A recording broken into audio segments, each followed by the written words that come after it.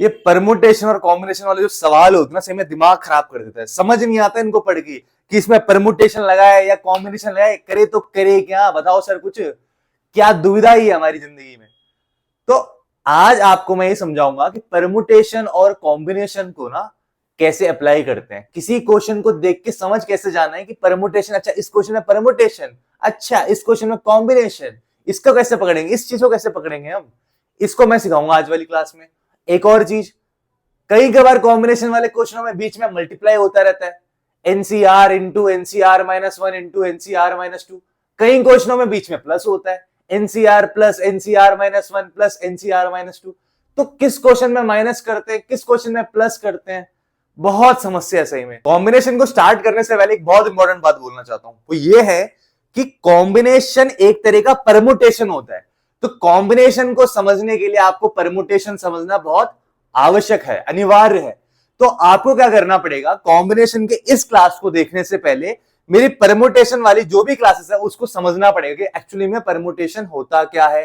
तो परमुटेशन आपको समझना है तो उसके लिए मैं जो लिंक है, जिसमें मैंने एक प्लेलिस्ट बना रखी है मैंने पूरे परमुटेशन की, उस प्लेलिस्ट का लिंक मैं आपको अपने डिस्क्रिप्शन बॉक्स में डाल दूंगा। तो आप उसको देखिएगा और उसके बाद फिर इस क्लास में आइएगा।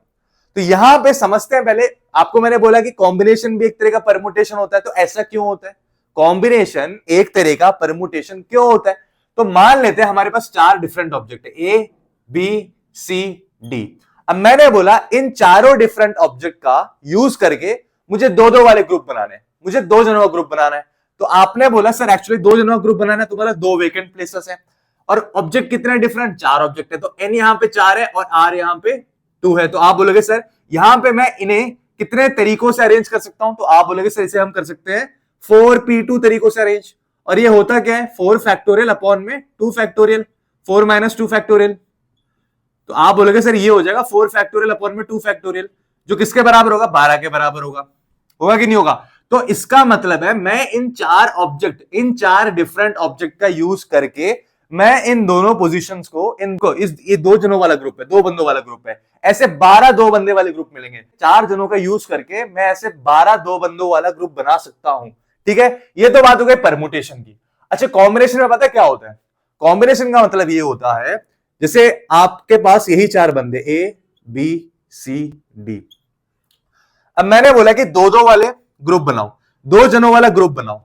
एक ग्रुप ऐसा बनाओ इन चारों बंदों को यूज करके, एक ग्रुप ऐसा बनाओ जिसमें सिर्फ दो बंदे हो। ठीक है, तो मैंने बोला इसमें कॉम्बिनेशन लगाना, तो कॉम्बिनेशन कैसे लगेगा, तो आप बोलोगे सर ए बी एक ग्रुप बन सकता है, ए सी एक ग्रुप बन सकता है, ए डी वाला एक ग्रुप बन सकता है, अब बी सी वाला एक ग्रुप बन सकता है, बी डी वाला एक ग्रुप बन सकता है और सी डी वाला ग्रुप बन सकता है।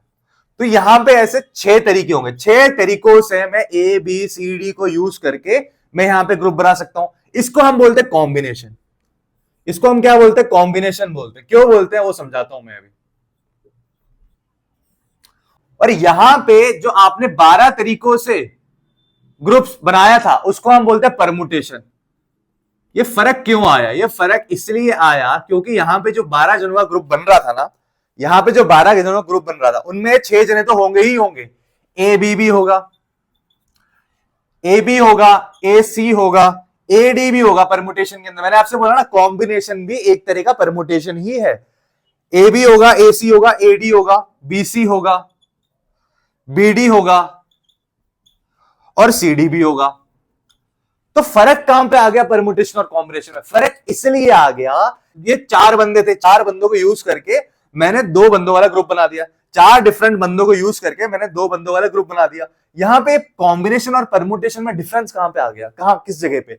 परमुटेशन में क्या होता है ना, परमुटेशन का मतलब होता है आपको सबसे पहले सेलेक्ट करना है, आपको चीजों को सेलेक्ट करना है, देन उसको अरेंज भी करना है, अरेंज भी करना है। ऑर्डर मैटर करता है यहां पे। जैसे कि यहां पे ए बी आपके पास 12 है ना, उसमें से कितना हो गया, 1 2 3 4 5 6।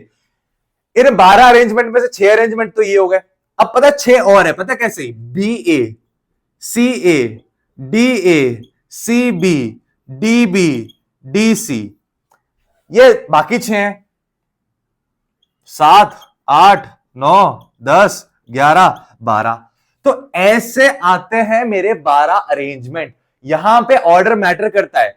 परमुटेशन वाले सवालों में ऑर्डर मैटर करता है। यहां पे अगर ए बी लिखा है मैंने, तो बी ए का भी कुछ ना कुछ मतलब होना चाहिए। ए सी लिखा है मैंने यहां पे, तो सी ए का भी कुछ ना कुछ मतलब होना चाहिए। एडी लिखा है मैंने यहां पे, तो डीए का भी कुछ ना कुछ मतलब होना चाहिए। समझ रहे हो? इसका अपना एक मतलब है और इसका अपना एक मतलब है। लेकिन अगर ये क्वेश्चन कॉम्बिनेशन का होता, तो कॉम्बिनेशन में ए बी और बी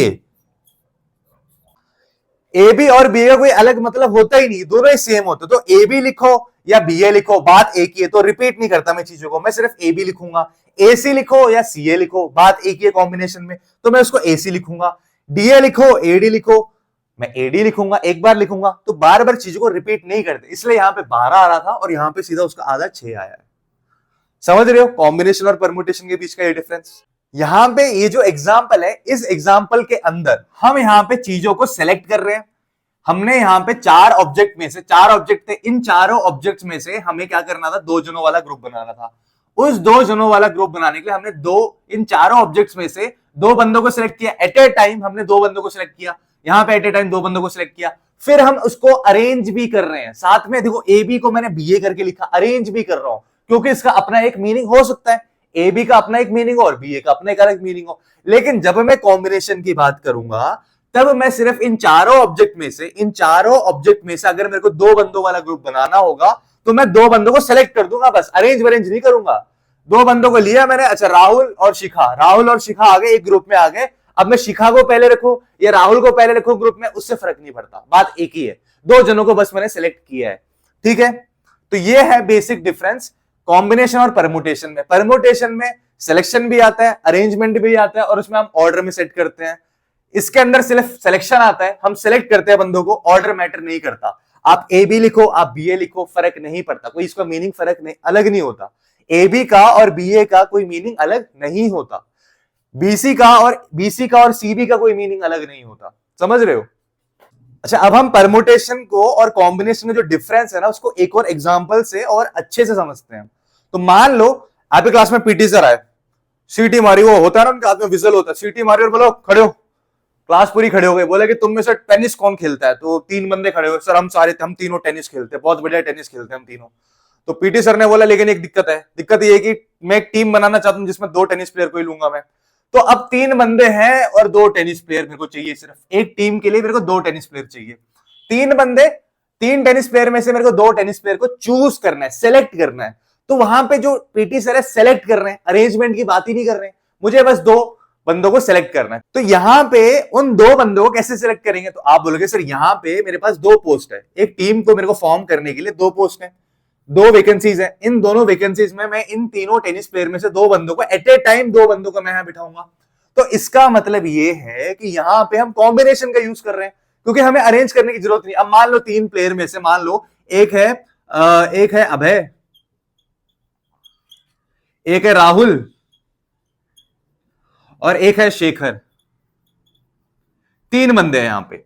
तो मैंने क्या करा, तीनों टेनिस प्लेयर है, तो मैंने बोला इसमें अगर मेरे को यहां पे सेलेक्ट करना है इन दोनों को, मैं कितने तरीकों से करूंगा? तो आप बोलोगे सर हम एक्चुअली में एनसीआर तरीकों से इनको अरेंज करेंगे। सर ये एनसीआर समझ नहीं आया, कोई बात नहीं, समझाऊंगा, टेंशन मत लो। तो इनको अरेंज करने का तरीका क्या होगा? तो आप बोलोगे सर अभय और राहुल आ सकते हैं, पहले अभय और राहुल को सिलेक्ट कर सकता हूं मैं, राहुल और शेखर को सिलेक्ट कर सकता हूं मैं, राहुल और शेखर को सिलेक्ट कर सकता हूं मैं, अभय और शेखर को सिलेक्ट कर सकता हूं मैं, अभय और शेखर को सिलेक्ट कर सकता हूं मैं। ठीक है, अभय राहुल हो गया, अभय शेखर हो गया, राहुल और शेखर हो गया, अभय और शेखर हो गया। तो आप देखो यहां पे कि यहां पे मैंने क्या किया है, मैंने यहां पे 3 बंदों को, 3 बंदे मेरे पास अवेलेबल थे, उन 3 बंदों से मैंने 2 बंदों वाली टीम फॉर्म करी। 3 बंदों में से, 3 टेनिस प्लेयर में से मैंने 2 टेनिस प्लेयर वाली टीम को फॉर्म किया।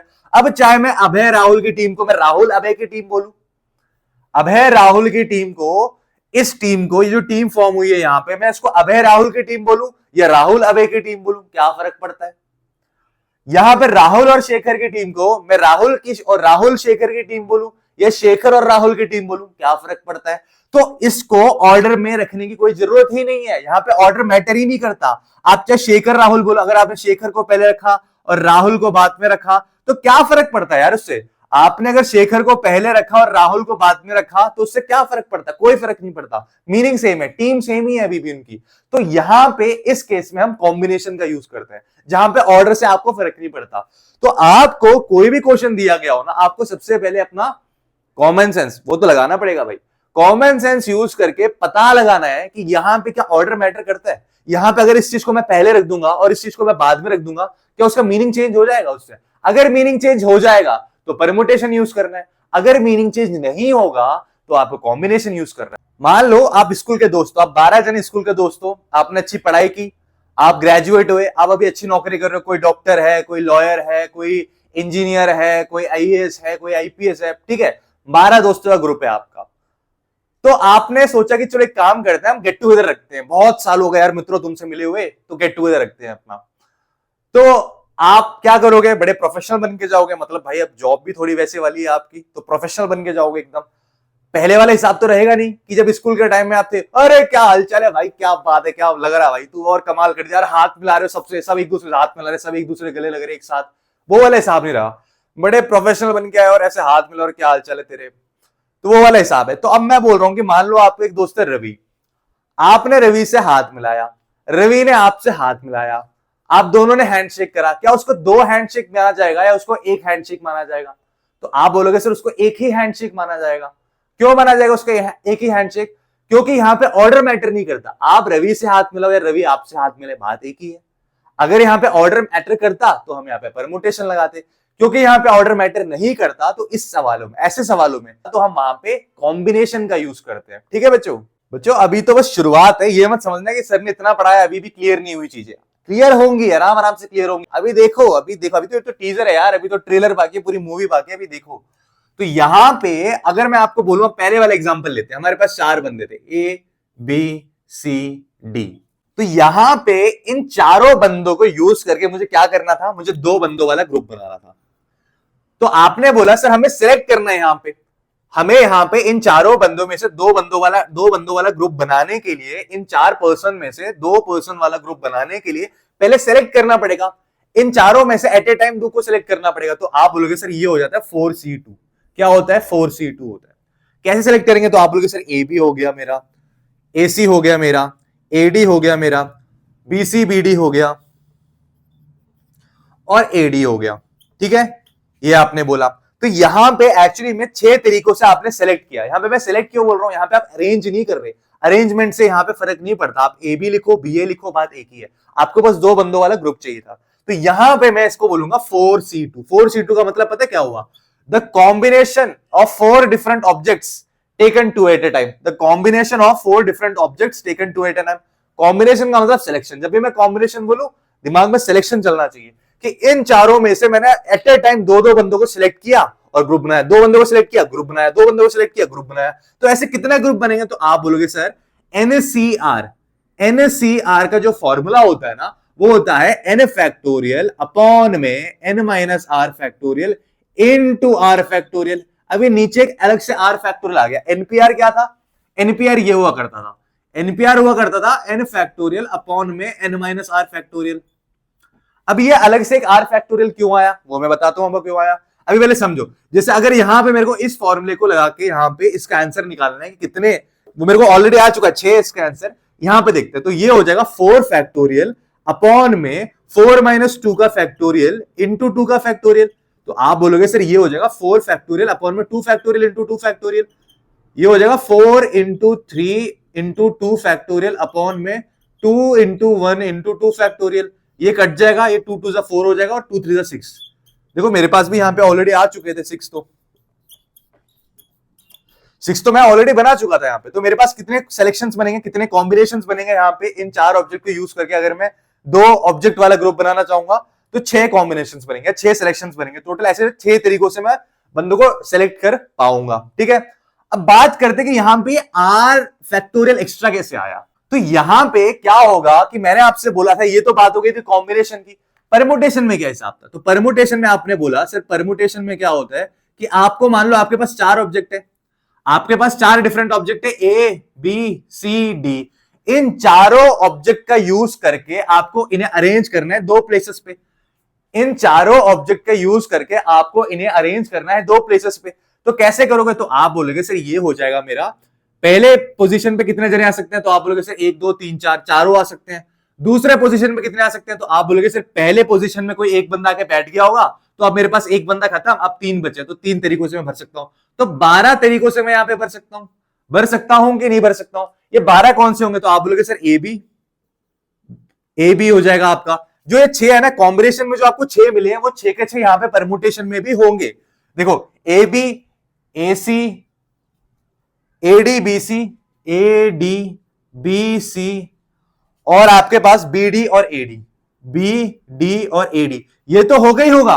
कॉम्बिनेशन में जो आपको जो भी कॉम्बिनेशन मिले वो परमुटेशन के अंदर होगा ही होगा, साथ में इसको अरेंज भी करना पड़ेगा, अरेंज भी करना पड़ेगा। देखो यहां पे आपने क्या करा है, आपको यहां पे ए बी को बी ए भी लिखना पड़ेगा, क्योंकि इसका अपना एक अलग मीनिंग होगा, ए बी का अपना डिफरेंट मीनिंग होगा, बी ए का अलग डिफरेंट मीनिंग होगा, ए सी का एक मीनिंग होगा, सी ए का एक अलग मीनिंग होगा, ए डी का एक मीनिंग होगा, डी ए का अलग एक मीनिंग होगा, बी सी का एक मीनिंग होगा, सी बी का अलग मीनिंग होगा, बी डी कुछ और है और डी बी कुछ और है, ए डी कुछ और है और डी ए कुछ और है। तो यहां पे एक्चुअली में 12 बनेंगे, 1 2 3 4 5 6 7 8 9 10, ये 11 और ये आपका 12। तो यहां पे एक्चुअली में 12 अरेंजमेंट्स बनी है। यहां पे क्यों बनी है अरेंजमेंट्स?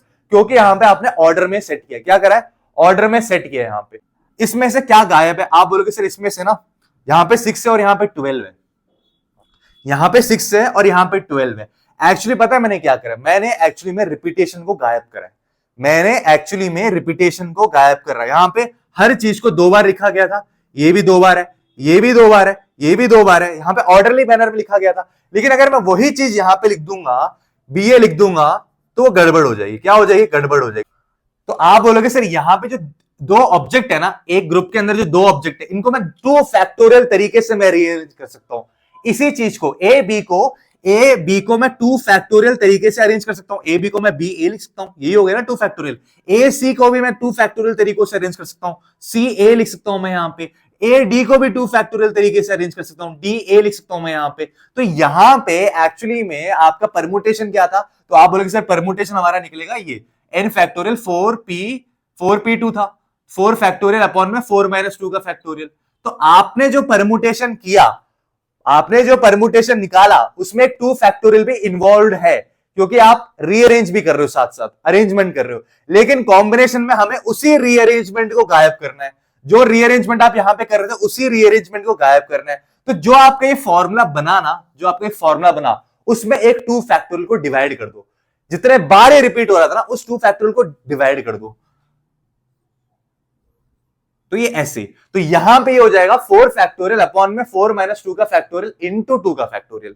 तो इसलिए मैं बोल सकता हूं कि जो मेरा एनपीआर होता है ना, एनपीआर जो होता है वो एनसीआर इनटू आर फैक्टोरियल होता है। इसका मतलब क्या हुआ? इसका मतलब ये हुआ कि जो मेरा परमुटेशन बनेगा, नंबर ऑफ परमुटेशन बनेगा, वो बराबर होगा, टोटल कॉम्बिनेशंस तो आएंगे ही आएंगे। आप देखो, खुद देखो कि यहां पे जो 6 कॉम्बिनेशन है वो आए हैं। देखो ये 6 यहां पे भी रिपीट हुए। साथ ही साथ जितने प्लेसेस को आपको फिल करना था, यहां पे से 2 प्लेसेस को फिल करना था, उसका फैक्टोरियल भी आएगा, क्योंकि वो अपने आप में रीअरेंज भी होंगे। क्या होंगे? रीअरेंज भी होंगे। तो यहां पे जैसे 2 प्लेसेस थे, यहां पे 2 प्लेसेस थे, तो यहां पे 2 फैक्टोरियल आएगा। इस क्वेश्चन में क्या आएगा? एक 2 फैक्टोरियल भी साथ में आएगा। तो मैं कहूंगा यहां पे अगर इस क्वेश्चन का देखा जाए तो 4p2 बराबर होगा 4c2 into number of places कितने हैं? ए बी, 2 प्लेस है यहां पे, और वो रीअरेंज हो रहे हैं, इसलिए मैंने 2 फैक्टोरियल लिया। तो 2 फैक्टोरियल तरीके से वो 2 प्लेसेस रीअरेंज होंगे, तो 2 ऑब्जेक्ट 2 प्लेसेस पे जो बैठे हुए हैं वो रीअरेंज होंगे। तो यहां पे मैं कह सकता हूं 4c2 बराबर होगा मेरा 4p2 अपॉन में 2 फैक्टोरियल। होगा कि नहीं होगा? बिल्कुल होगा। तो यहां पे आप बोलोगे सर ये हो जाएगा मेरा 4 फैक्टोरियल अपॉन में 4 माइनस 2 का फैक्टोरियल इनटू एक 2 का फैक्टोरियल। आई बात समझ? तो यहां से हमें पता चलता है कि एनसीआर का फॉर्मूला एक्चुअली में क्या होता है? एनसीआर का फॉर्मूला होता है एन फैक्टोरियल अपॉन में एन माइनस आर का फैक्टोरियल इनटू ये आर का फैक्टोरियल।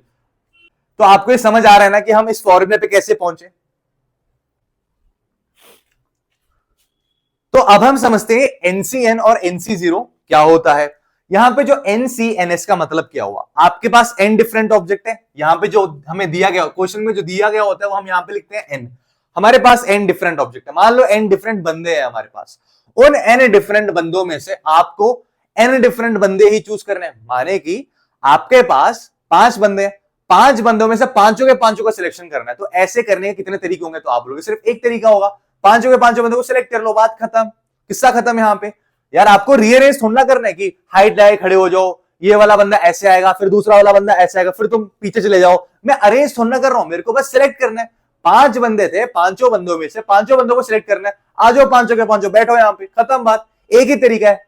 तो यहां पे एनसीएन बराबर होता है 1 के। ऐसे नहीं करना जानते तो ऐसे कर लो, n फैक्टोरियल अपॉन में n माइनस n का फैक्टोरियल इनटू n का फैक्टोरियल। यही अभी हमने पढ़ा एनसीआर का फॉर्मूला। तो यहां पे आप बोलोगे सर n फैक्टोरियल खत्म हो जाएगा, ऊपर 1 आ जाएगा, और n माइनस 1 n होता है 0, और 0 फैक्टोरियल भी 1 ही होता है, तो ये 1 आ गया मेरा। आई बात समझ? अब यहां पे NC0 का मतलब क्या होता है? आपके पास n डिफरेंट बंदे बैठे हुए हैं, मैं बोल रहा हूं कि उनमें से किसी को सेलेक्ट मत करो। 5 बंदे बैठे हुए, मैं बोल रहा हूं किसी को सेलेक्ट मत करो, मतलब सारे काबिल नहीं है, बिल्कुल भी काबिलियत नहीं है उनके अंदर, पांचों के पांचों को छोड़ दो। तो आपने क्या करा? आप कितने तरीकों से ऐसा कर सकते हो? एक ही तरीका, छोड़ दो, खत्म। एक तरीका है आपके पास, मेरे को लेना ही नहीं किसी को, एक तरीका, छोड़ दो, खत्म। तो एक ही तरीका है। तो यहां पे मेरे पास अगर n डिफरेंट ऑब्जेक्ट है, और n डिफरेंट ऑब्जेक्ट में से मैं किसी को भी सिलेक्ट नहीं करना चाहता, n डिफरेंट ऑब्जेक्ट में से मैं किसी को भी सिलेक्ट नहीं करना चाहता, तो ऐसे करने के मेरे पास एक तरीका होगा। एक और चीज बताता हूं, वो चीज जो है ना आपको बहुत काम आएगी क्वेश्चंस को सॉल्व करने में, कैलकुलेशन को भी खत्म कर देगा वो चीज। मतलब जो लंबी लंबी कैलकुलेशन होती है ना, मल्टीप्लाई मल्टीप्लाई मल्टीप्लाई करके लिखते रहते हो फैक्टोरियल को, वो खत्म हो जाएगा। मैं बताता हूं कैसे। यहां पे NCR बराबर होता है NC n माइनस आर के। NCR बराबर होता है NC n माइनस आर के। इसका मतलब ये हुआ कि आपने क्या करा, n डिफरेंट बंदे थे आपके पास, n डिफरेंट बंदों में से अगर आप r को चूज कर लेते हो, n डिफरेंट बंदों में से आपने r को क्या किया, चूज करा, बाकी कितने बचेंगे? तो आप बोलोगे सर n माइनस आर बंदे बचेंगे। आपने क्या करा, आपने टोटल आपके पास n बंदे थे, उसमें से आपने r को चूज करा, तो बचे कितने? n माइनस आर बंदे बचेंगे। तो आप बोलोगे सर, तो यहां पे मैं बोलूंगा कि NCR का मतलब क्या है? Combination of n different objects taken r at a time.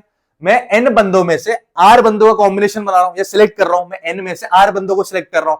अगर मैं n में से r बंदों को सिलेक्ट कर रहा हूं, क्या वो बराबर नहीं होगा n में से n माइनस r बंदों को रिजेक्ट करने के? n में से r बंदों को सिलेक्ट करना बराबर होता है n में से n माइनस r बंदों को रिजेक्ट करना। दोनों एक ही जो चीज बोली मैंने अभी, यहां पे n में से r को सिलेक्ट करो या फिर n में से n माइनस r को हटा दो, बात एक ही है, एक ही चीज बोली है मैंने। तो NCR बराबर होता है NC n माइनस r के। तो इसका मतलब क्या हुआ? इसका मतलब ये हुआ, कुछ नहीं हुआ। तो ये जो चीजें हमारे क्वेश्चन में कैसे काम आएगी मैं बताता हूं आपको। जैसे मान लो कहीं पे लिखा हुआ है 9C7, क्या लिखा हुआ है? 9C7। तो ये पता है किसके बराबर होगा? ये बराबर होगा 9C2 के। कैसे? ये हुआ, ये कुछ ऐसे हुआ, 9C7 बराबर होगा 9C7 9 माइनस 7 के। मैंने बोला कि 9 में से 7 ऑब्जेक्ट को सिलेक्ट करना बराबर होगा 9 ऑब्जेक्ट में से 2 ऑब्जेक्ट को रिजेक्ट करने के। 9 में से 2 ऑब्जेक्ट को रिजेक्ट करने के बराबर होगा 9 में से 7 ऑब्जेक्ट को सिलेक्ट करना बराबर होता है 9 में से 2 ऑब्जेक्ट को रिजेक्ट करने के। तो यहां पे आप बोलोगे सर कैलकुलेशन में कैसे फायदा करेगा? तो जब भी आपको ऐसे मिल जाए ना 9C2, एक काम करा करो, नीचे 2 लिखा है तो क्या करो, 9 लिखो, एक नंबर लिख दिया और एक और नंबर लिख दो, इससे पीछे वाला प्रीसीडिंग नंबर लिख दो, एक 8 लिखो, और नीचे 2 लिखा हुआ है तो 2 into 1, नीचे भी पीछे जाना है आपको, 1 तक जाना है, ठीक है? तो ये हो जाएगा 2 4 जा 8 और 4 9 जा 36, बात खत्म। और मान लो आपको मैंने अब यहां पे लिख दिया 17C15 लिख दिया, कितना लिख दिया? 17C15 लिख दिया। कैसे सॉल्व करेंगे? तो आप बोलोगे सर 17C15 होता है, हमें क्या करना है? 17C15 किसके बराबर होता है? 17C2 के बराबर होता है। किसके बराबर होता है? 17C2 के बराबर। 17 में से 15 बंदों को सिलेक्ट करना बराबर होता है 17 में से 2 बंदों को रिजेक्ट करने के। तो यहां पे 17C2 क्या होगा? आप देखो 2 लिखा है नीचे, तो 17 लिखो और एक और पीछे जाओ, मतलब 2 नंबर्स को लिखते हैं हम, 17 into 16, और नीचे क्या हो जाएगा? आप बोलोगे सर 2 है तो 2 से 1 तक जाना है, तो 2 into 1, तो ये हो जाएगा, कितना हो जाएगा? ये हो जाएगा 136। किसके बराबर हो जाएगा? 136 के बराबर हो जाएगा। बस यार अभी हमें यहाँ पे 2 चीजों को और समझना है, उसके बाद हम क्वेश्चन लगाना चालू करेंगे। एक और चीज क्या है, अगर यहां पे लिखा हुआ मैंने NCA is equal to NCB, तो इसका मतलब साफ है, देखो यहां पे N है, यहां पे N है, यहां पे C है, यहां पे C, और मैंने इक्वल टू लिख रखा है, तो इसका मतलब क्या है? स्वाभाविक सी बात है कि A इक्वल टू B के बराबर होगा। किसके बराबर होगा? A इक्वल टू B के बराबर होगा। या फिर या फिर ऐसा भी हो सकता है और a plus B equal to N. ऐसा क्यों हुआ? ऐसा अभी थोड़ी देर पहले मैंने आपको बताया एन सी ए का मतलब क्या होता है कि मैं एन में से मैं ए ऑब्जेक्ट को सिलेक्ट कर रहा हूं, एन में से मैं ए ऑब्जेक्ट को सिलेक्ट कर रहा हूं। ये किसके बराबर होगा? मान लो इनके अंदर दो ऑब्जेक्ट है, ए है और बी है। अगर मैं एन में से ए ऑब्जेक्ट को सिलेक्ट कर रहा हूं, वो किसके बराबर होगा?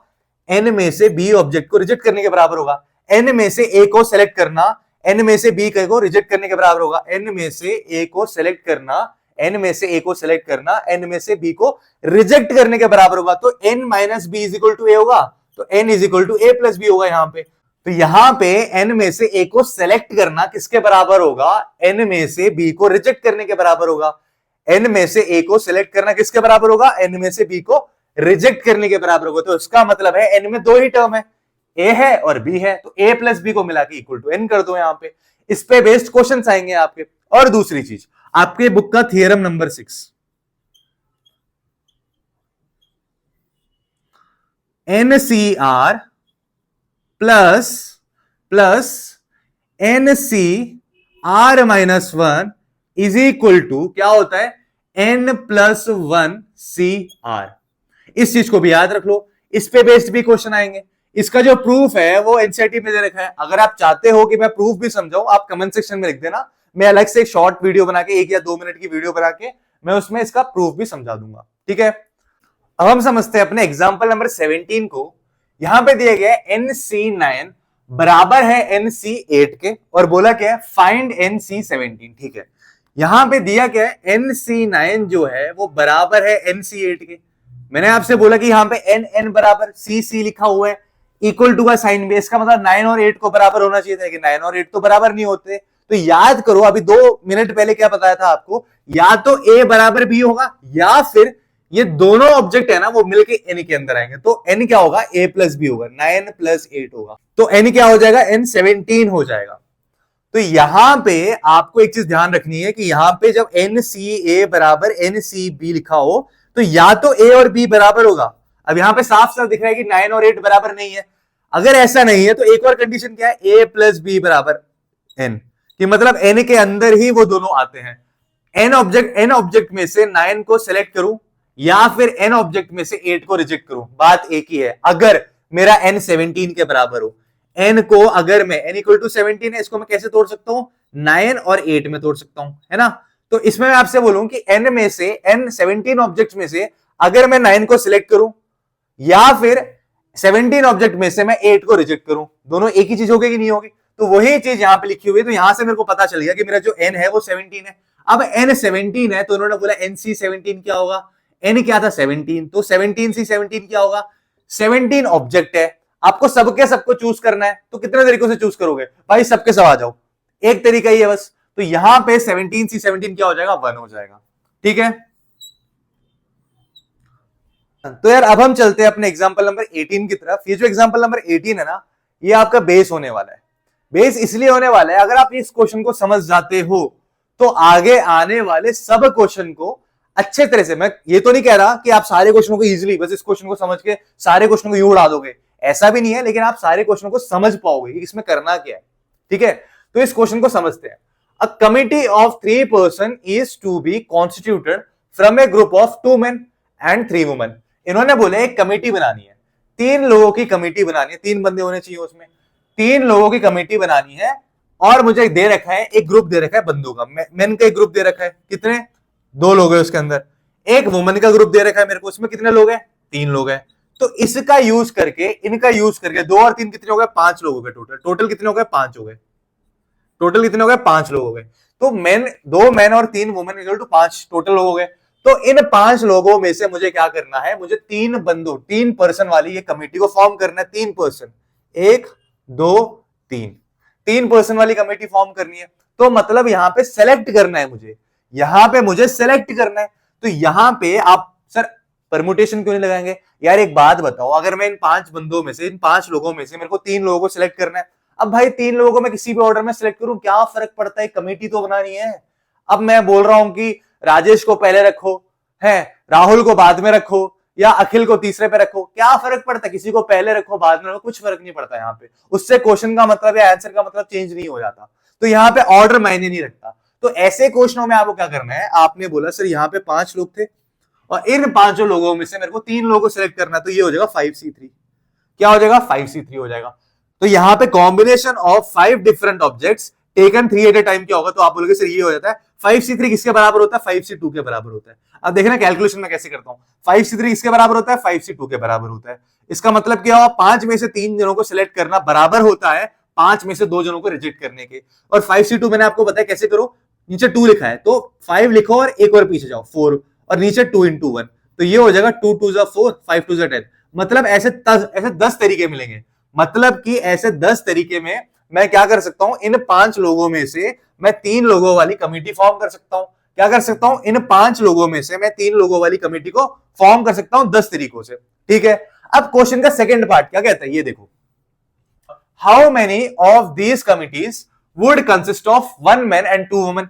मतलब अभी भी हमें बंदे कमेटी के अंदर 3 ही चाहिए, लोग हमें कमेटी में 3 ही चाहिए, लेकिन कंडीशन क्या है, कंडीशन ये है कि एक होना चाहिए मैन और दूसरी 2 होनी चाहिए वुमेन। एक मैन होना चाहिए और 2 वुमेन होनी चाहिए, एक मैन होना चाहिए और 2 वुमेन होनी चाहिए। तो ऐसे कितने तरीके होंगे, ऐसे कितने तरीकों से मैं कमेटी को फॉर्म कर पाऊंगा। तो आप बोलोगे सर हमारे पास एक्चुअली में टोटल मैन कितने हैं, टोटल मैन कितने हैं, टोटल मैन है, आप बोलोगे सर हमारे पास यहां पे 2। टोटल वुमेन कितनी है आपके पास, तो आप बोलोगे सर हमारे पास टोटल वुमेन है यहां पे 3। और हमें सिलेक्ट क्या करना है, हमें इन 2 बंदों में से बस एक ही बंदा चाहिए। इन 2 बंदों में से किसी एक बंदे को सिलेक्ट करेंगे हम। तो सिलेक्ट कितना करना है, एक को करना है। यहां पे कितनी वुमेन को सिलेक्ट करना है हमें, तो आप बोलोगे सर हमें यहां पे सिलेक्ट करना है 2 औरतों को सिलेक्ट करना है, 2 वुमेन को सिलेक्ट करना है। तो आप बोलोगे सर मुझे यहां पे अगर 2 बंदों में से एक बंदे को सिलेक्ट करना है, अगर मुझे यहां पे 2 बंदों में से एक बंदे को सिलेक्ट करना है, तो उसकी जो टोटल नंबर ऑफ वेज बनेगा ना, उसको मैं कितने तरीके से कर सकता हूं, 2C1 तरीके से कर सकता हूं। कैसे, 2C1। टोटल हमारे पास 2 है और उसमें से मुझे एक बंदे को सिलेक्ट करना है, ये 2C1 हो गया। ये हो गया मैंने को सिलेक्ट करने का तरीका कमेटी के लिए। अब आते हैं यहां पे, हमारे पास टोटल कितनी वुमेन है, 3 वुमेन है। 3 वुमेन में से मुझे 2 को सिलेक्ट करना है, 3 वुमेन में से मुझे 2 को सिलेक्ट करना है। तो कैसे लिखूंगा, 3C2 लिखूंगा, the combination of 3 different women taken 2 at a time. अब क्या करें सर, अब क्या क्वेश्चन खत्म हुआ, हमें क्या करना था, how many of these committees would consist of 1 man. हमें number of total number of committees निकालनी है। तो यहां पे तो एक बंदे को सिलेक्ट कर लिया मैंने और यहां पे 2 वुमेन को सिलेक्ट कर लिया मैंने। अब यहां पे प्लस करें या मल्टीप्लाई करें, अगली समस्या, ये बहुत इंपॉर्टेंट है, ध्यान से सुनना। प्लस करे या मल्टीप्लाई करे, मैं एक बहुत अच्छी चीज बताता हूं आपको, ये आपको और कहीं पे नहीं मिलने वाली, इसको बहुत रिसर्च के बाद मैंने ढूंढा है, समझा है और आपको अभी बताने जा रहा हूं। हमें कमेटी फॉर्म करनी थी, जिसमें कितने लोग थे, 3 लोग थे। तो 3 लोग वाली कमेटी फॉर्म करनी थी हमें, 3 लोगों वाली हमें कमेटी फॉर्म करनी थी। तो 3 लोगों वाली कमेटी फॉर्म करने के लिए क्या मैंने तीनों लोगों को एक ही जगह से लिया, तो आप बोलोगे सर नहीं, मैंने उसमें से यहां से मेन वाले ग्रुप में से एक बंदे को लिया और वुमेन वाले ग्रुप में से 2 औरतों को लिया, 2 लेडीज को लिया मैंने। तो एक यहां से आ रहा है और 2 यहां से आ रही है, तो दोनों जब अलग अलग जगह से आ रहे होते हैं, मैं एक ग्रुप बना रहा हूं 3 जनों का, लेकिन तीनों जने का ग्रुप बनाने के लिए जो मेरे को मेंबर्स मिल रहे हैं वो दोनों अलग अलग ग्रुप से आ रहे होते हैं। जब ऐसा होता है तो हम क्या करते हैं, हम बीच में मल्टीप्लाई करते हैं, ये नहीं करते, हम बीच में क्या करते हैं, मल्टीप्लाई करते हैं। तो यहां पे जो टोटल नंबर ऑफ वेज निकल के आएगा ना, टोटल नंबर ऑफ वेज, ये जो चीज है आपको अगले वाले एग्जांपल जिसमें हम कार्ड्स के बारे में पढ़ेंगे, बहुत सारे शरीफों को आज कार्ड्स खेलना भी सिखाऊंगा, तो उस क्वेश्चन से हम और डीपली इस कंसेप्ट को समझ रहे होंगे। तो यहां पे टोटल नंबर ऑफ वेज क्या आ जाएगा, 2C1 इंटू 3C2। ये होता क्या है, 2C1 इंटू 3C2 क्या होता है, आप बोलोगे सर 2C1 का मतलब होता है कि मैं 2 डिफरेंट ऑब्जेक्ट में से एक को सिलेक्ट कर रहा हूं। तो कितने तरीकों से सिलेक्ट कर सकता हूं, 2 ऑब्जेक्ट में से एक को सिलेक्ट करना, 2 तरीके ही होंगे ना। कैसे, 2 अपॉन में 2 नीचे 1 लिखा है तो 2 इंटू 1 अपॉन में 1, तो ये 2 तरीके हो जाएंगे यहां पे। इनटू 3C2 दिया हुआ है, 3C2 का मतलब क्या होता है, 3C2 का मतलब होता है 3C1। 3C2 किसके बराबर होता है, 3C1 के बराबर होता है। और 3C1 को मैं लिख सकता हूं 3 अपॉन में 1, जो 3 के बराबर होगा। किसके बराबर होगा, 3 के बराबर होगा। तो यहां पे ऐसे 6 तरीकों से मैं 3 मेंबर वाली कमेटी फॉर्म कर सकता हूं। इस कंडीशन के हिसाब से मैं यहां पे 6 तरीकों से कमिटीज को फॉर्म कर सकता हूं, 6 तरीकों से कमिटीज, जहां पे मेरे एक मैन होंगे और 2 वुमेन होंगी। तो बच्चों एग्जाम्पल 19 पे चलने से पहले ना हमें कार्ड्स के बारे में थोड़ी नॉलेज होनी चाहिए, क्योंकि अगर आप कार्ड्स के बारे में नहीं जानते ना तो आप एग्जाम्पल 19 और उसके आगे आने वाले जो भी क्वेश्चन है जो कार्ड्स पे बेस्ड है वो नहीं कर पाओगे। तो कार्ड्स पे नॉलेज होना जरूरी है। तो हमारे पास यहाँ पे जो डेक ऑफ कार्ड्स बोलते हैं या पैक ऑफ कार्ड्स बोलते हैं या ताश की गड्डी बोलते हैं, तो उसमें कितने कार्ड्स होते हैं? तो आप बोलोगे सर 52 कार्ड्स होते हैं। कितने होते हैं? 52 कार्ड्स होते हैं। 52 कार्ड्स होते हैं, जिसमें कि 26 रेड होते हैं, 26 रेड होते हैं, आधे रेड होते हैं 52 के, और बाकी आधे जो होते हैं ना वो ब्लैक होते हैं। क्या होते हैं? बाकी आधे जो होते हैं वो ब्लैक होते हैं। 26 ब्लैक होते हैं। अब इन 26 रेड को भी दो तरीकों से डिवाइड किया गया होता है। 13 तरह के अलग कार्ड होते हैं और 13 तरह के अलग रेड कार्ड होते हैं। कैसे? देखते हैं। तो 13 तरह के आपको अलग कार्ड मिलेंगे यहां पे, और यहां पे ये 26 अलग 13 तरह के कार्ड मिलते हैं। इस 13 कलर के कार्ड को हम बोलते हैं हार्ट। ऐसे हार्ट का सिंबल बना होता है कार्ड्स पे, अगर आप देखोगे ध्यान से तो हार्ट का ऐसे सिंबल बना होता है उस पे। और आपके पास जो बाकी 13 कार्ड होते हैं उनको बोलते हैं डायमंड्स। क्या बोलते हैं? डायमंड्स बोलते हैं उनको, डायमंड्स। ऐसे बना होगा ऐसे। तो इसको बोलते हैं हार्ट्स बोलते हैं इसको, और इसको बोलते हैं डायमंड। ठीक है, 13 कार्ड होते हैं। ऐसे ही हमारे जो 26 ब्लैक है ये भी दो तरीके से डिवाइडेड होते हैं। यहां पे भी 13 कार्ड जो होते हैं वो अलग ग्रुप के होते हैं, और बाकी जो 13 होते हैं वो अलग ग्रुप के होते हैं। तो आप बोलोगे सर यहाँ पे जो पहले 13 कार्ड होते हैं वो होते हैं स्पेड्स के। किसके होते हैं? स्पेड्स के। स्पेड्स कैसे बनाते हैं? या ड्राइंग थोड़ी खराब है मेरी। स्पेड्स,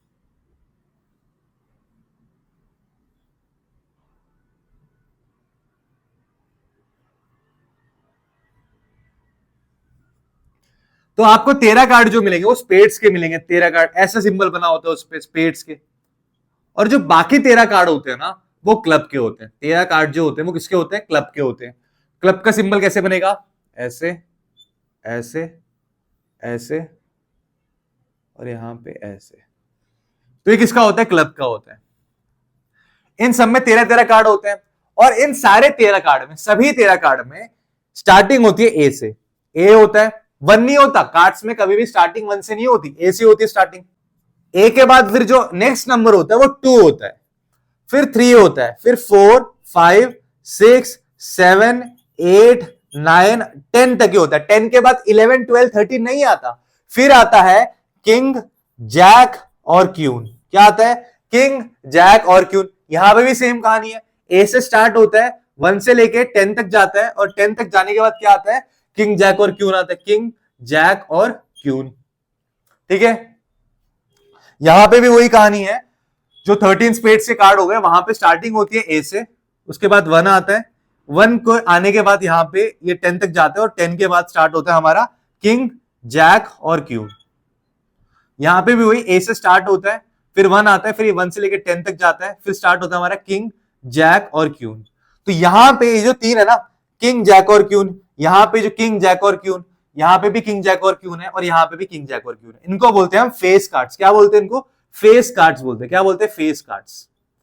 आपने देखा होगा इन कार्ड्स पे कुछ ना कुछ बने होते हैं, कुछ चित्र बना होता है, तो उनको क्या बोलते हैं? Face cards. तो हमारे पास टोटल इन 52 कार्ड्स में से हमारे पास टोटल 3, 3, 6, 3, 9, 3, 12 फेस कार्ड्स होते हैं। कितने फेस कार्ड्स होते हैं टोटल? टोटल 12 फेस कार्ड्स होते हैं हमारे पास पूरे 52 कार्ड्स के ग्रुप में से। 12 कार्ड्स जो होते हैं वो फेस कार्ड्स होते हैं। ठीक है, इसको पता है क्या बोलते हैं? इसको बोलते हैं एस। क्या बोलते हैं इसको? ए को बोलते हैं एस बोलते हैं। क्या बोलते हैं? एस कार्ड बोलते हैं इसको, एस। तो हमारे 52 कार्ड्स के ग्रुप में 4 एस से कार्ड होते हैं। ये हो गया एक एस, दूसरा एस, तीसरा एस, चौथा एस। ये हो जाएगा हार्ट वाला एस, ये हो जाएगा डायमंड वाला एस, ये हो जाएगा स्पेड वाला एस, ये हो जाएगा क्लब वाला एस। ठीक है बच्चों, बात आ रही है समझ? इसकी स्क्रीनशॉट ले लो, क्योंकि यही चीज अब आपके परमुटेशन, कॉम्बिनेशन, प्रोबेबिलिटी वाले क्वेश्चन में भर भर के आने वाली है। तो बच्चों मैं आशा करता हूं जो अभी मैंने आपको कार्ड्स के बारे में जो भी सिखाया था आपको अच्छे से समझ आ गया होगा। अगर आपको वो चीज अच्छे से समझ आ गई है तो हम चलते हैं अपने एग्जाम्पल 19 की तरफ। तो यहां पे क्वेश्चन क्या कहता है? What is the number of ways of choosing 4 cards? कितने card? 4 card. From a pack of 52 card. 52 cards में से आपको 4 कार्ड्स को चूज करना है। तो 52 कार्ड्स में से मैं कैसे 4 कार्ड को चूज करूंगा? तो आप बोलोगे सर 52C4। तो आपने बोला सर यहाँ पे P4 क्यों नहीं लिया, 52P4 क्यों नहीं किया? हमें यहाँ पे अरेंज थोड़ा करना है, हमें तो बस यहाँ पे 4 कार्ड को सिलेक्ट करना है। अरेंज की तो बात ही नहीं हो रही। मैंने कोई भी 4 कार्ड को निकाला, मान लो मेरे पास 2 आया, 3 आया, 4 आया, 5 आया, 4 कार्ड है, 2 3 4 5। मैंने पहले 5 को निकाला, फिर 2 को निकाला, फिर 3 को निकाला, फिर 4 को निकाला, या फिर पहले 4 को निकाला, फिर 5 को, फिर 2 को, फिर 3 को। यार क्या फर्क पड़ता है इस चीज से? मुझे बस बोला कि 4 कार्ड को निकालो, बात खत्म, सिलेक्ट करो, इससे कोई फर्क नहीं पड़ता। तो हम यहाँ पे परमुटेशन नहीं यूज करेंगे, हम यहाँ पे कॉम्बिनेशन का यूज करेंगे। तो 52C4 क्या होता है? आपने बोला सिर्फ 52C4, आपने समझाया था, नीचे 4 आया हुआ है, तो इसका मतलब 52 से पीछे जाओ 4 बार। एक तो 52 खुद हो गया, दूसरा 51, तीसरा 50 और चौथा 49। अपॉन में हमें 4 को भी ऐसे करना है, 4 से भी 1 तक जाना है, 4 इंटू 3 इंटू 2 इंटू 1 हो जाएगा ये। तो आप बोलोगे सर यहाँ पे अगर मैं 4 से काटूंगा तो ये हो जाएगा मेरा 4 से कितने बार हो जाएगा? 4 13 से 52 होता है, हो गया, वेरी गुड।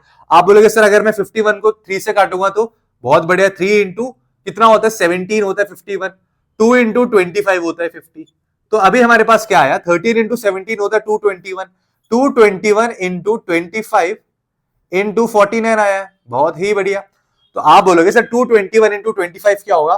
तो सबसे पहले इसको कर लेते हैं, 25 इंटू 49। तो 25 इंटू 49 क्या होता है? 25 इंटू 50 माइनस 1।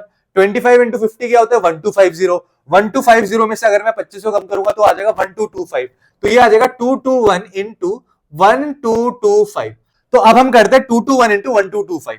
तो 1225 इंटू 221 क्या होगा? तो आप बोलोगे सर ये हो जाएगा मेरा 1225, और यहाँ पे 2 5 10, 2 2 415, 2 2 4 और 2 1 2, और यहाँ पे भी 2 5 2 4 5 0 आ जाएगा।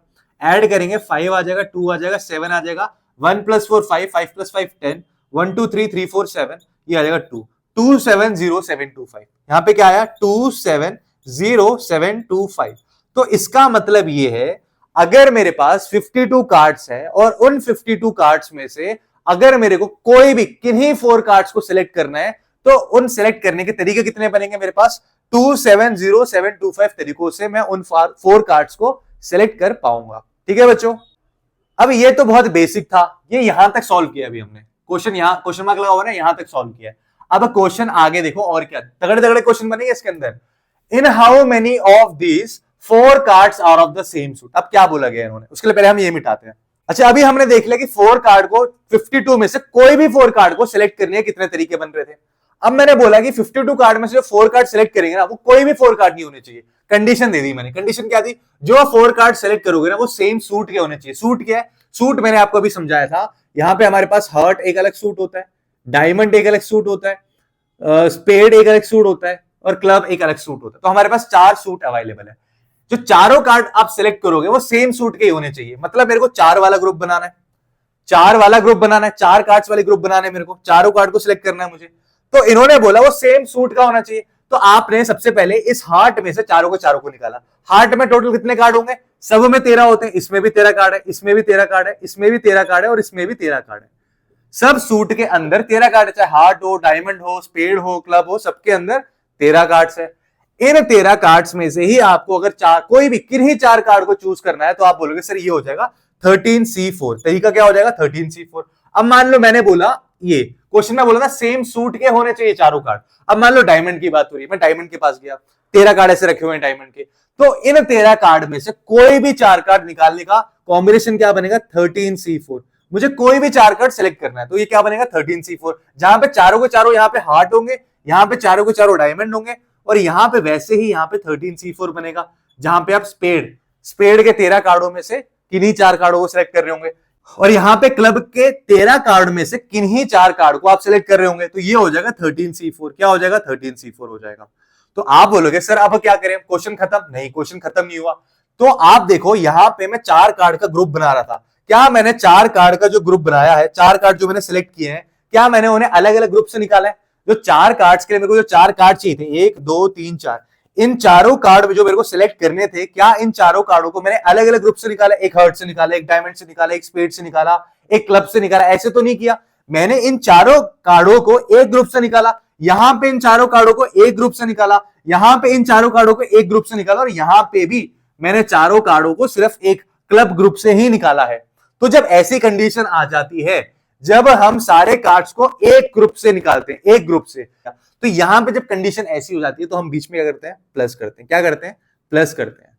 तो आप बोलोगे सर ये हो जाएगा 13C4 plus 13C4 plus 13C4 plus 13C4। अभी ना इसको सॉल्व नहीं करेंगे, अभी सेकंड क्वेश्चन पे भी, यहां पे जो हमारा सेकंड क्वेश्चन है इस पे भी नजर डालेंगे। यहां पे सेकंड क्वेश्चन क्या कहता है, आपने 4 कार्ड चूज करने हैं, 52 में से आपको कोई भी 4 कार्ड चूज करना है, लेकिन इन्होंने बोले जो आप 4 कार्ड चूज करोगे ना, चारों के चारों अलग अलग सूट से होने चाहिए, कोई भी सेम सूट का नहीं होना चाहिए। मतलब आपके पास 2 हार्ट के कार्ड नहीं हो सकते, आपके पास एक हार्ट का कार्ड होगा, एक डायमंड का कार्ड होगा, एक आपके पास इसका क्या नाम है, इसका स्पेड का कार्ड होगा, और एक क्लब का कार्ड होगा। कहने का मतलब ये है, तो यहां पे आपके पास क्या है, हार्ट है, डायमंड है, स्पेड है और क्लब है। सबके 13-13 कार्ड्स प्रेजेंट है आपके पास, 13 13 13 और 13। और बोला गया है आपको टोटल 4 कार्ड सेलेक्ट करने हैं, और टोटल 4 कार्ड में से एक हार्ट का होना चाहिए, एक डायमंड का होना चाहिए, एक स्पेड का होना चाहिए, एक क्लब का होना चाहिए। यहां पे बोला था चारों एक ही हो सकते हैं, यहां पे चारों के चारों इस केस में क्या थे, हार्ट के होने चाहिए थे। यहां पे इस केस में क्या था, बोला था चारों के चारों जो होने चाहिए वो डायमंड के होने चाहिए, ऐसा हो सकता है। तो यहां पे इन्होंने बोला जो आप ग्रुप बनाओगे 4 कार्ड्स का, जो आप सिलेक्ट करोगे वो सारे अलग अलग ग्रुप से आने चाहिए। जब ऐसा हो जाता है, जब ऐसा हो जाता है तो हम क्या करते हैं, हमें 4 कार्ड सिलेक्ट करने, कोई भी 4 कार्ड सिलेक्ट करने, तो ये हो जाएगा 13 में से 13 में से 13 में से 13 में से यहां पे आप देखो मैंने सिर्फ एक ही हार्ट का कार्ड लिया, मतलब कि मेरे पास एक ही पोजीशन है, इस हार्ट के कार्ड को मैं सिर्फ एक ही लूंगा क्योंकि मेरे को एक ही हार्ट का कार्ड चाहिए। तो यहां पे 13 में से एक ही हार्ट का कार्ड लूंगा, यहां पे 13 में से एक ही डायमंड का कार्ड लूंगा मैं, और यहां पे 13 में से एक ही स्पेड का कार्ड लूंगा, और यहां पे 13 में से एक ही क्लब का कार्ड लूंगा। आपने देखा कि जो मैं ये 4 कार्ड से, जो मैंने 4 कार्ड्स निकाले हैं वो चारों अलग अलग ग्रुप से आ रहे हैं, कोई यहां से आ रहा है, कोई यहां से आ रहा है, कोई यहां से आ रहा है, कोई यहां से आ रहा है। तो इसका मतलब है जब मैं अपने 4 कार्ड्स वाला ग्रुप बना रहा हूं तो उन कार्ड्स को मैं कहां से ले रहा हूं, अलग अलग ग्रुप से ले रहा हूं। हार्ट से भी लिया मैंने एक, डायमंड से भी मैंने एक लिया, स्पेड से भी लिया, क्लब से भी लिया। तो जब ऐसा हो जाता है ना, जब मैं अलग अलग ग्रुप से निकालता हूं कार्ड्स को, तो बीच में मल्टीप्लाई करना पड़ता है। मुझे एक नया ग्रुप बनाना है, उस नए ग्रुप को बनाने के लिए जिन ग्रुप के मेंबर्स को मैं लेता हूं वो सारे अलग अलग ग्रुप से आ रहे होते हैं, तो मुझे क्या करना होता है, बीच में मल्टीप्लाई करना होता है। तो यहां पे ये मल्टीप्लाई होगा और यहां पे ऐड होगा, समझ रहे हो आप, क्योंकि यहां पे हमने जो भी अपना ग्रुप बनाया था वो चारों के चारों, ये जो नया ग्रुप बना है इस ग्रुप के सारे मेंबर्स जो वो एक ही ग्रुप से आ रहे थे, तो इसलिए हम यहां पे प्लस कर रहे थे। जब यहां पे अलग अलग ग्रुप से आएंगे तो हम यहां पे मल्टीप्लाई करेंगे, तो यहां पे हो जाएगा 4 इंटू 13C4। और आपको पता है 13C4 क्या होगा, आप बोलोगे सर 4 इंटू 13C4 है, तो मतलब 4 बार पीछे जाना है 13 को इंक्लूड करके, 13 इंटू 12 इंटू 11 इंटू 10, और 4 से भी 1 तक पहुंचो, 4 इंटू 3 इंटू 2 इंटू 1, तो यहां पे 4 से 4 कट जाएगा। आप बोलोगे सर 3 टू द 6 है, 6 टू द 12 हो जाएगा ये, और ये हो जाएगा 2 इंटू 13 कितना होता है, 26 होता है, 26 इंटू 11 कितना होता है, तो आप बोलोगे सर 286 होता है, 2860 तरीके। यहां पे कितने तरीके बन रहे हैं, 2860 तरीकों से मैं यहां पे सिलेक्शन कर सकता हूं, ठीक है।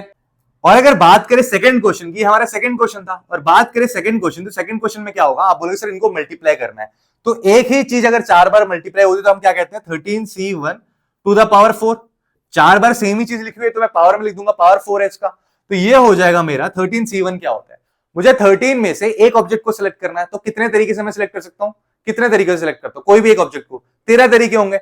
13C1 का मतलब क्या हुआ, तो आप बोलोगे सर 13 एक लिखा हुआ है तो 13 ही लिखेंगे, नीचे भी एक होगा और अपॉन में 4, तो 13 की पावर 4 क्या होगी, तो आप बोलोगे सर 13 की पावर 2 तो हमें पता है 169, तो 13 की पावर 3 तो हमें पता है कि 13 की पावर 3 होता है, 13 की पावर 2 होता है 169, और 13 का पावर जो 3 होता है वो होता है 2197, क्या होता है 2197 होता है। तो 2197 को मुझे एक और 13 से मल्टीप्लाई करना पड़ेगा, तो क्या आ जाएगा, तो आप बोलोगे सर ये आ जाएगा 21970 प्लस 3 से मल्टीप्लाई करूंगा, 3 7 से 21, 2 3 9 से 27 229, 2 3 1 से 345 और 3 2 से 6, तो ये आ जाएगा 1 9 7 16 1 9 10 5 15 1 1 2 6 8 2 8 5 6 1, तो यहां पे आ जाएगा 2 8 5 6 1।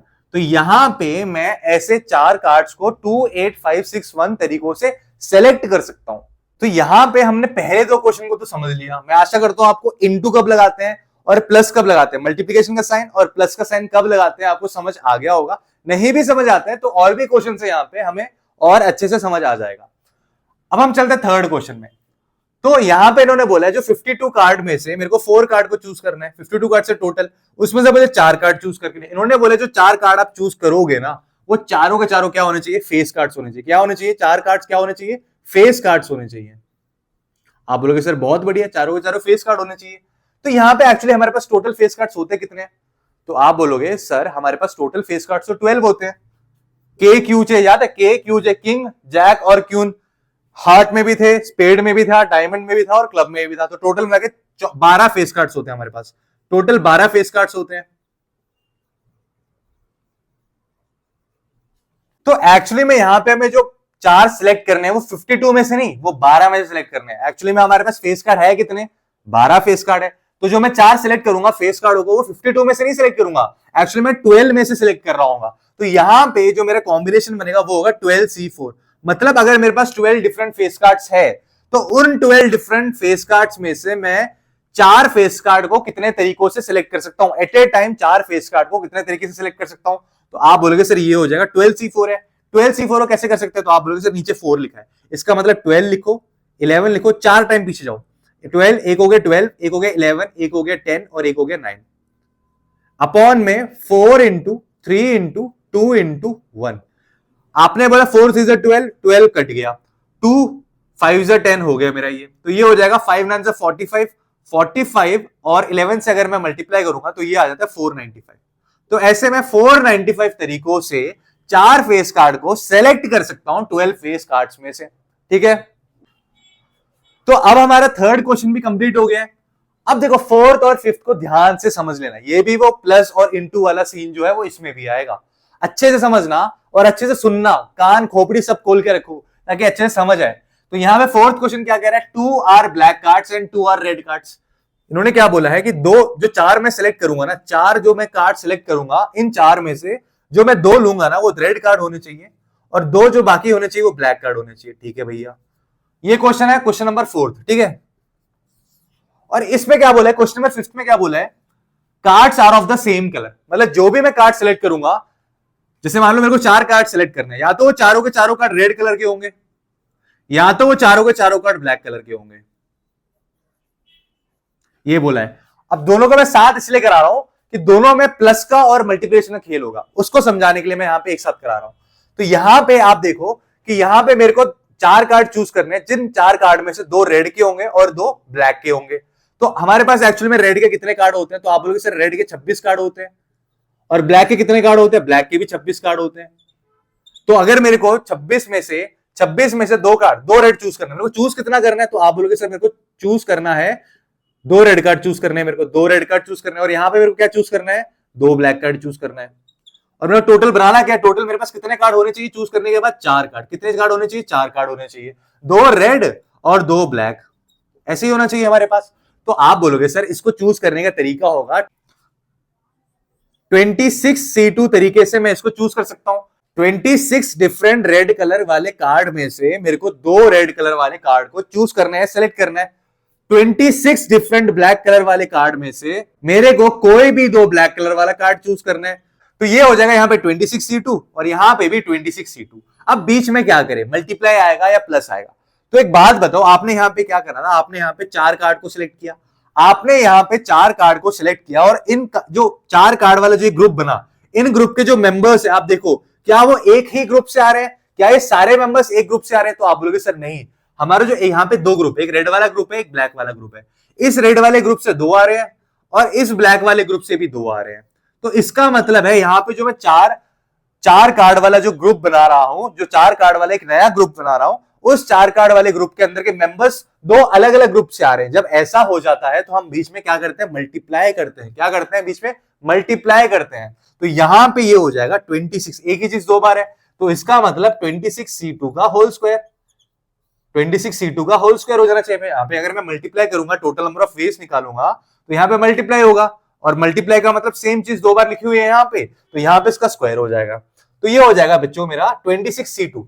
26C2 का मतलब है, आप बोलोगे सर 26C2 आपने अभी अभी पढ़ा है कि 26 यहाँ पे 2 लिखा है, तो 26 लिखो और एक उससे पीछे वाला नंबर लिखो 25 अपॉन में 2 और इसका स्क्वायर कर दो। तो ये हो जाएगा, अगर मैं काटूंगा तो ये हो जाएगा 2 इंटू 13, 13 इंटू 25 हो जाएगा। आपको पता है 13 का स्क्वायर क्या होता है? 13 का स्क्वायर होता है 169 और 25 का स्क्वायर होता है 625। तो 169 इंटू 625 करना है मेरे को, तो 625 इंटू 169 करना है मेरे को। तो आप लोग सर 9 5 से 45, 4 कैरी 9 2 से 18, 4 22, 2 कैरी 9 6 54 टू 56 हो जाएगा, 6 5 30, 3 कैरी 6 2 12 3 15, 1 कैरी 6 6 36 प्लस 1 37 हो जाएगा ये, और ये 6 2 5 हो जाएगा यहाँ पे। तो यहाँ पे आ जाएगा 5, ये 2 5 5 10 6 16 आ जाएगा, 1 5 6 7 13, 2 15 हो जाएगा, 1 3 4 6 10 हो जाएगा। तो ये मेरे पास आ गया 105625। तो 105625 तरीकों से मैं ऐसे 4 कार्ड्स निकाल सकता हूं। तो अब हम चलते हैं अपने 5th क्वेश्चन की तरफ। जैसे कि मैंने आपको थोड़ी देर पहले समझाया कि यहां पे क्या चाहिए हमें, cards are of the same colour. कि यहां पे जो मैं 4 कार्ड चूज करूंगा ना, 1 2 3 4, या तो चारों के चारों रेड होंगे, या तो ये कंडीशन है चारों के चारों रेड होंगे, या फिर वो चारों के चारों ब्लैक होंगे।